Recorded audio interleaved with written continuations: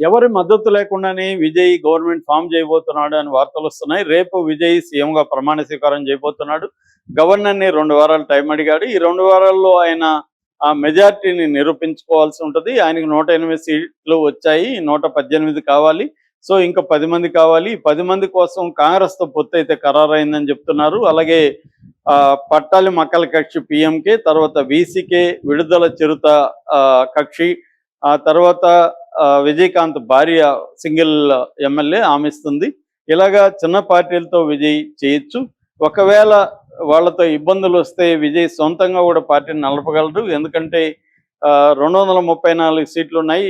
అందులో ఒకటి ఖాళీగా ఉంది, 233. ఇందులో 22 మంది కానీ గైర్హాజరు కానీ అయితే అప్పుడు 106 మంది ఉంటే సరిపోతుంది అసెంబ్లీలో. అప్పుడు మెజార్టీ ప్రూవ్ అయిపోతుంది. అప్పటి నుంచి మళ్ళీ ఒక 6 నెలలు టైం ఉంటుంది.